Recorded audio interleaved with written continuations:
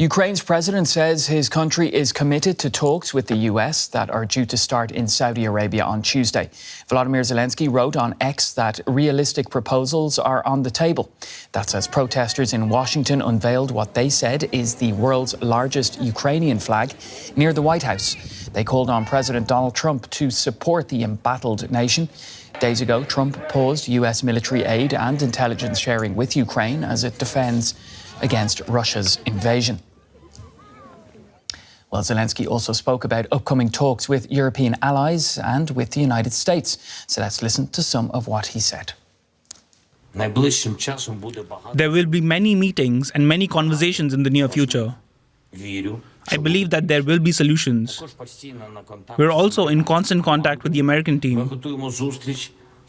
We are preparing a meeting in Saudi Arabia. I am confident that the meeting will be productive. We in Ukraine are determined for this. Very much so. Well, for more, let's speak to Fabrice Potheier, CEO at Rasmussen Global, an international political consultancy firm, and he joins us today from Tokyo. Great to have you on DW News, Fabrice. So we've seen some wild swings in US policy in the few weeks since Donald Trump took office, including cutting off support for Ukraine. So is this a make or break moment for the peace talks in Saudi Arabia? Well, I think what we're seeing here is Donald Trump not only twisting President Zelensky's arm, but breaking his arm, and actually both arms, cutting intelligence and surveillance data, cutting the spare parts and the maintenance of the F-16 program in Ukraine, leaning on the allies not to provide the technology where the US has a say. I mean, this is a way to really constrain President Zelenskyy and force him into a peace negotiation.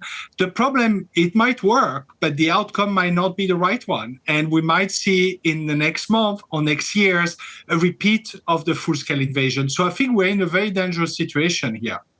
Yeah, OK. From what you're saying there, it does indeed sound like a pretty dangerous situation. So is it safe to say that Ukraine is going into these talks in a very weakened position? And what can it do in order to, I suppose, alleviate the situation for itself going into the talks?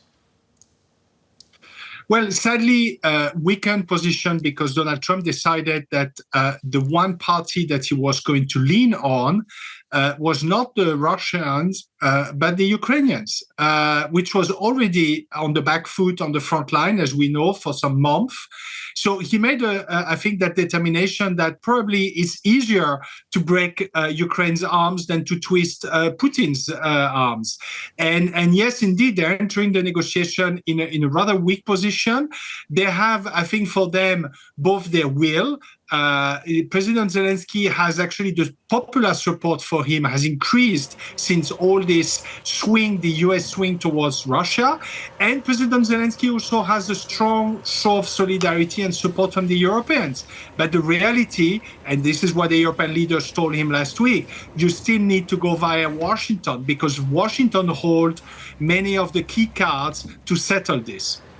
Now, you've worked as a strategic policy planner at NATO. After everything that we've seen in the last few weeks, do you see the transatlantic partnership at breaking point? I don't know if it's breaking point, but it's a big awakening for the Europeans that this relationship, the way it was understood, is no longer the same. And there will be obviously transatlantic cooperation, but it might become more punctual, more residual. And increasingly, the core is going to be now generated by the Europeans themselves. And this is why President Macron is right to have launched an open discussion with his European counterparts about having a European nuclear deterrence. Because fundamentally, I think the notion that the US will be there and will assure security in Europe is gone.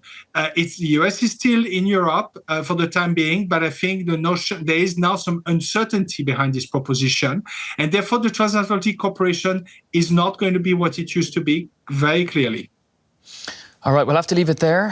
Fabrice Potheier, CEO at Rasmussen Global. Thanks for being on DW News today.